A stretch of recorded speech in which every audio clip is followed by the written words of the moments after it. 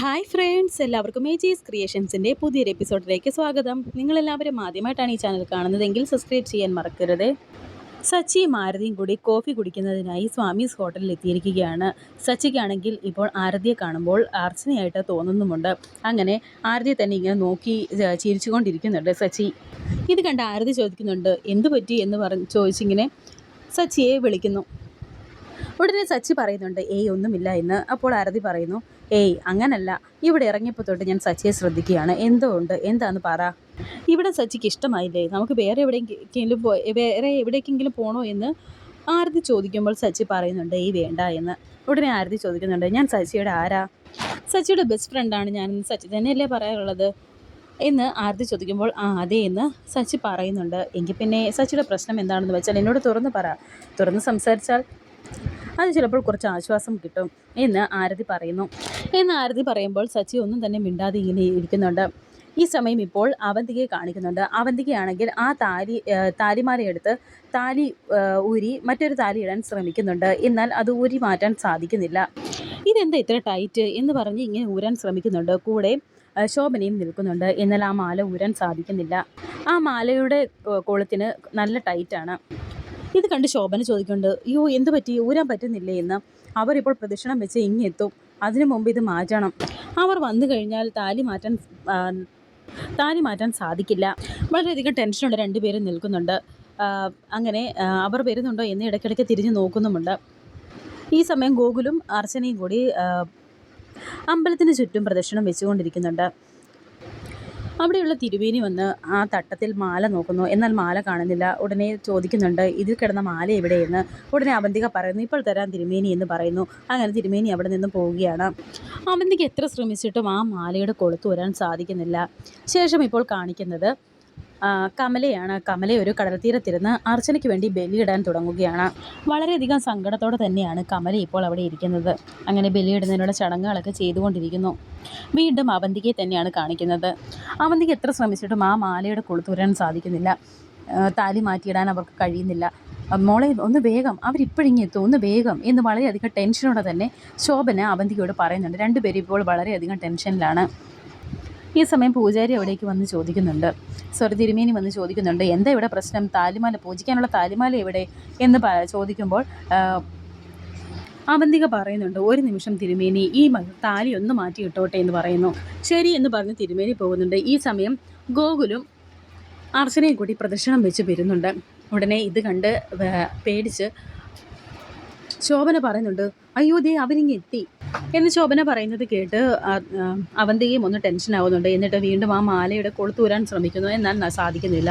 അങ്ങനെ അവിടെ പ്രാർത്ഥിക്കാൻ വരുന്നവരെല്ലാം അവിടെ അമ്പലത്തിലെ മണി അടിക്കുന്നുണ്ട്. അതിന് തൊട്ട് താഴെയാണ് അവന്തിക നിൽക്കുന്നത്. ഈ സമയം അതിൻ്റെ മണിയുടെ കയറൂരി അവന്തികയുടെ കയ്യിലേക്ക് വീഴുന്നു. അവന്തിയുടെ കയ്യിൽ നിന്നും മാറ്റാൻ കൊണ്ടുവന്ന ആ താല് താഴേക്ക് പോകുന്നു. മാലയാണെങ്കിൽ തെറിച്ച് ദേവിയുടെ വിഗ്രഹത്തിലേക്കും ചെന്ന് വീഴുന്നുണ്ട്. അർച്ചനയുടെ സച്ചി കിട്ടിയ ആ താലിമാല, അതിൽ നിന്നും ആ താലി അവന്തികയ്ക്ക് മാറ്റാൻ സാധിക്കുന്നില്ല. ഇത് കണ്ട് ഇപ്പോൾ ഗോകുലും അർച്ചനയും കൂടി ഓടി വരുന്നുണ്ട്. എല്ലാവരും അവിടേക്ക് ഓടിക്കൂടുന്നു. ശോഭനയും ഇത് കണ്ട് പേടിച്ച് നിൽക്കുന്നുണ്ട്. അവന്തിക വേദന കൊണ്ട് കരയുകയാണ്. എന്താ പറ്റിയതെന്ന് ചോദിച്ച് തിരുമേനി അവിടേക്ക് വരുന്നുണ്ട്. അവന്തികയാണെങ്കിൽ കയ്യിൽ പിടിക്കരുതേ എന്ന് പറഞ്ഞ് ഇവിടെ നിന്ന് കരയുന്നുണ്ട്. അവന്തികയ്ക്ക് കൈക്ക് നല്ല വേദനയുണ്ട്. തിരുമേനിക്ക് ഇത് കാണുമ്പോൾ കാര്യങ്ങളൊക്കെ മനസ്സിലാവുന്നു. കൈക്ക് ഫ്രാക്ചർ ഉണ്ടാകും, അതാ ഇത്ര വേദന എന്ന് ഗോകുൽ പറയുന്നു.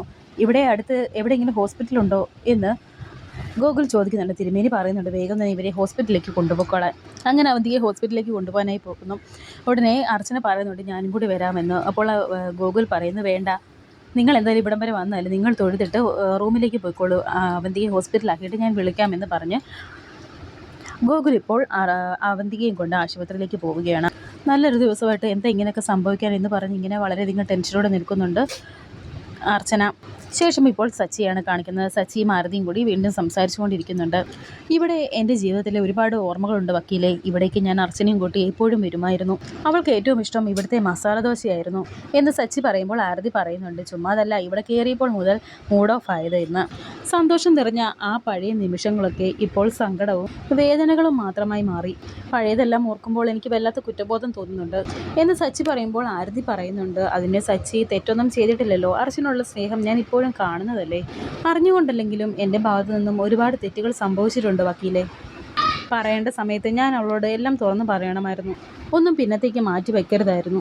അങ്ങനെ പിന്നത്തേക്ക് മാറ്റി വെച്ചത് കൊണ്ടാണ് ഇങ്ങനെയൊക്കെ പലതും സംഭവിച്ചത്. അങ്ങനെ സച്ചി അർച്ചനയുടെ കാര്യങ്ങളൊക്കെ ഇങ്ങനെ ആരതിയോട് പറയുന്നുണ്ട്. അപ്പോൾ ആരതി പറയുന്നുണ്ട്, ലോകത്തൊരു ഭർത്താവും ഭാര്യയെ ഇങ്ങനെ ഉണ്ടായിരിക്കില്ല എന്ന്. ആ സ്നേഹം പക്ഷേ അനാഥമായി പോയില്ലേ വക്കീലേ എന്ന് സച്ചി പറയുന്നു. സച്ചിയുടെ ഈ സ്നേഹം അർച്ചനയെ സച്ചിക്ക് തിരിച്ചു കൊണ്ടു തരും എന്ന് ആരതി പറയുന്നു. അങ്ങനെ അവർ സംസാരിച്ചു കൊണ്ടിരിക്കുന്ന സമയത്ത് സച്ചിക്കൊരു കോള് വരുന്നുണ്ട്. ബിജുക്കുട്ടനാണ് വിളിക്കുന്നത്. നീ എവിടെയാ? നീ കണ്ടോ? ശരി, ഞാൻ ഇപ്പോൾ തന്നെ എത്താം എന്ന് പറഞ്ഞ് സച്ചി ഫോൺ വെക്കുന്നുണ്ട്. എന്താ സച്ചി എന്ന് ആരതി ചോദിക്കുമ്പോൾ, എനിക്ക് അത്യാവശ്യമായിട്ട് ഒരു സ്ഥലം വരെ പോകണം എന്ന് പറഞ്ഞ് സച്ചി ഇപ്പോൾ അവിടെ നിന്നും പോവുകയാണ്. ശേഷം ഇപ്പോൾ കമലയാണ് കാണിക്കുന്നത്. കമല ഇപ്പോൾ ചടങ്ങുകളൊക്കെ ചെയ്തുകൊണ്ടിരിക്കുന്നുണ്ട്. ഇതേ സമയം തന്നെ ഇപ്പോൾ അമ്പലം കാണിക്കുന്നുണ്ട്. അമ്പലത്തിലെ ആ തിരുമേനി പൂജ ചെയ്തുകൊണ്ടിരിക്കുമ്പോൾ അർച്ചനയുടെ ആ മാല കാണുന്നു. അത് കണ്ട് വളരെയധികം അത്ഭുതത്തോടെ അമ്മേ ദേവി മഹാമായേ എന്നൊക്കെ പറഞ്ഞ് ദേവിയോട് പ്രാർത്ഥിക്കുകയാണ് തിരുമേനി. ഇതേ സമയം പുറത്ത് വന്ന് അർച്ചന ഇപ്പോൾ മാലയെല്ലാം തിരയുന്നുണ്ട്. അവിടെ എല്ലാം തിരയുന്നത് കണ്ട് തിരുമേനി ഇപ്പോൾ വന്ന് ചോദിക്കുന്നുണ്ട്, താലിയാണോ തിരയുന്നത് എന്ന്. അപ്പോൾ അതേ എന്ന് അർച്ചന പറയുന്നു. ഇതാ എന്ന് പറഞ്ഞ് ഇപ്പോൾ അദ്ദേഹം ആ മാല കൊടുക്കുന്നുണ്ട് അർച്ചനയ്ക്ക്. അതിപ്പോൾ അർച്ചന പ്രാർത്ഥിച്ച് ദേവിയോട് പ്രാർത്ഥിച്ച് ആ മാല കയ്യിലെടുക്കുന്നുണ്ട്. പൂജ മുടങ്ങിയതിന് എന്തെങ്കിലും ദോഷപരിഹാരം ചെയ്യണോ തിരുമേനി എന്ന് ശോഭന ചോദിക്കുമ്പോൾ തിരുമേനി പറയുന്നുണ്ട്, അതിന് പൂജ മുടങ്ങിയെന്ന് ആര് പറഞ്ഞു? മാല വീണത് ദേവിയുടെ പാദങ്ങളിലാണ്. ഇതിൽ കൂടുതൽ പുണ്യം വേറെ എന്തു വേണം? ദീർഘമാംഗല്യം തന്നെയാണ് ദേവി അനുഗ്രഹിച്ച് തന്നിരിക്കുന്നത്. ഈ താലിച്ചരടിൻ്റെ ബന്ധം ജന്മങ്ങൾ നീളും. ദേവിയെ മനസ്സിൽ ധ്യാനിച്ച് ആ താലിമാല അണിഞ്ഞുകൊള്ളൂ, ഒരു ദോഷവുമില്ല എന്ന് പറഞ്ഞ് തിരുമേനി ഇപ്പോൾ അവിടെ നിന്ന് പോകുന്നുണ്ട്. വളരെയധികം സന്തോഷത്തോടെ നിൽക്കുന്നുണ്ട് അർച്ചന ഇപ്പോൾ വളരെയധികം സന്തോഷത്തോടെ ദേവിയോട് പ്രാർത്ഥിച്ച് ആ മാല കാഴ്ത്തിയിണിയുന്നു. ഇത് കണ്ട് വളരെയധികം നിരാശയോടെ നിൽക്കുന്നുണ്ട് ശോഭന അപ്പോൾ മനസ്സിൽ വിചാരിക്കുന്നുണ്ട്, എൻ്റെ ദേവി, അപ്പോൾ എൻ്റെ മകൻ ഗോകുൽ സമൃദ്ധിയുടെ കഴുത്തിൽ താലി കെട്ടണമെന്നാണോ? അതാണോ ഇതിൻ്റെയൊക്കെ അർത്ഥം എന്നിങ്ങനെ സങ്കടത്തോടെ മനസ്സിൽ വിചാരിക്കുന്നുണ്ട് ശോഭന. ശേഷം കമലയെ കാണിക്കുന്നു. ഈ സമയം സച്ചി അവിടേക്ക് വന്ന് അമ്മയെന്ന് വിളിക്കുന്നു. അമ്മ എന്തായി കാണിക്കുന്നത് എന്ന് ചോദിച്ച് ഇപ്പോൾ അവിടെയുള്ള ആ സാധനങ്ങളെല്ലാം തട്ടിമറിച്ച് കളയുന്നുണ്ട് സച്ചി. മോനെ സച്ചി, അങ്ങനെയൊന്നും ചെയ്യരുത് എന്ന് പറഞ്ഞ് കരയുകയാണ് ഇപ്പോൾ കമല. താൻ എന്തായി കാണിക്കുന്നത്? മരിച്ച ആത്മാവിന് ബലി ഇട്ടുകൊണ്ടിരിക്കുകയാണ് എന്ന് കർമ്മി പറയുമ്പോൾ സച്ചി പറയുന്നുണ്ട്, താനൊന്ന് പോടോ, അല്ലെങ്കിൽ തന്നെ ഞാൻ ഈ കടലിൽ ചവിട്ടി താഴ്ത്തും എന്നിങ്ങനെ വളരെ ദേഷ്യത്തോടെ സച്ചി പറയും. ഞാൻ അറിയാതെ അമ്മ വന്നത് ഇതിനായിരുന്നു അല്ലേ? അമ്മയ്ക്ക് എങ്ങനെ ഇങ്ങനെ ചെയ്യാൻ സാധിച്ചു എന്ന് സച്ചി ചോദിക്കുമ്പോൾ, മരിച്ചുപോയി എൻ്റെ മോളുടെ ആത്മാവിന് കുറച്ച് ശാന്തി ലഭിച്ചോട്ടെ എന്ന് കരുതിയാണ് ഞാനിത് ചെയ്തത് എന്ന് കമല പറയുന്നുണ്ട്. എന്ന് കമല കരഞ്ഞുകൊണ്ട് പറയുമ്പോൾ സച്ചി പറയുന്നുണ്ട്, ആര് പറഞ്ഞു എൻ്റെ അർച്ചന മരിച്ചെന്ന്? എൻ്റെ അർച്ചന മരിച്ചിട്ടില്ല എന്ന് സച്ചി പറയുമ്പോൾ, മോനെ ഞാൻ പറയുന്നു ഒന്ന് കേൾക്കടാ, അമ്മ പറയുന്നു ഒന്ന് കേൾക്ക എന്ന് കമല പറയുന്നു. അർച്ചന എന്നെ വിട്ടു പോയിട്ട് ഇത്രയും വർഷങ്ങളായി, പക്ഷേ ഈ നിമിഷം വരെ അർച്ചന ഈ ഭൂമി വിട്ടു പോയിട്ടില്ല എന്ന് എനിക്ക് തോന്നിയിട്ടില്ല. അപ്പോൾ അവളിൽ നിന്ന് പ്രസവിച്ച അമ്മയ്ക്ക് ഇങ്ങനെയൊക്കെ ചെയ്യാൻ എങ്ങനെ തോന്നി? ഇത് അമ്മ മാത്രമാണോ അതോ വീട്ടിലെല്ലാവരും കൂടെ അറിഞ്ഞിട്ടാണോ എന്നൊക്കെ സച്ചി ഇങ്ങനെ ചോദിക്കുമ്പോൾ കമല പറയുന്നുണ്ട്, മോനെ, മരിച്ച ആത്മാവിൻ്റെ ശാന്തി ലഭിക്കാത്തത് കൊണ്ട് ആ കുടുംബത്തെ ഇങ്ങനത്തെ ദോഷങ്ങളൊക്കെ ഉണ്ടാകുന്നത്. അന്ന് മുറ്റത്ത് പാമ്പ് ചത്തത് വെറുതെ അല്ല മോനെ എന്നൊക്കെ ഇപ്പോൾ കമല കരഞ്ഞുകൊണ്ട് പറയുന്നുണ്ട്. ഇത് മുടങ്ങിപ്പോയെന്ന് കരുതി തനിക്കുള്ള ദക്ഷിണ കിട്ടാതിരിക്കേണ്ട എന്ന് പറഞ്ഞ് ഇപ്പോൾ സച്ചി ഇപ്പോൾ ആ കർമ്മിക്ക് പൈസ എടുത്ത് കൊടുക്കുന്നുണ്ട്. എന്നാൽ അയാൾ വാങ്ങുന്നില്ല. പിടിക്കടോ എന്ന് പറഞ്ഞിപ്പോൾ വളരെയധികം ദേഷ്യത്തോടെ സച്ചി ഇപ്പോൾ അത് കയ്യിലേക്ക് കൊടുക്കുന്നു. മോനെ, എനിക്കൊരു സമാധാനം കിട്ടും. ഉടനെ സച്ചി ഇപ്പോൾ കമലയെ വിളിക്കുന്നുണ്ട്, വാ പോകാം എന്ന് പറഞ്ഞ്. അപ്പോൾ കമല പറയുന്നുണ്ട്, മോനെ, എനിക്കൊരു സമാധാനം കിട്ടുന്നില്ലടാ എന്ന്.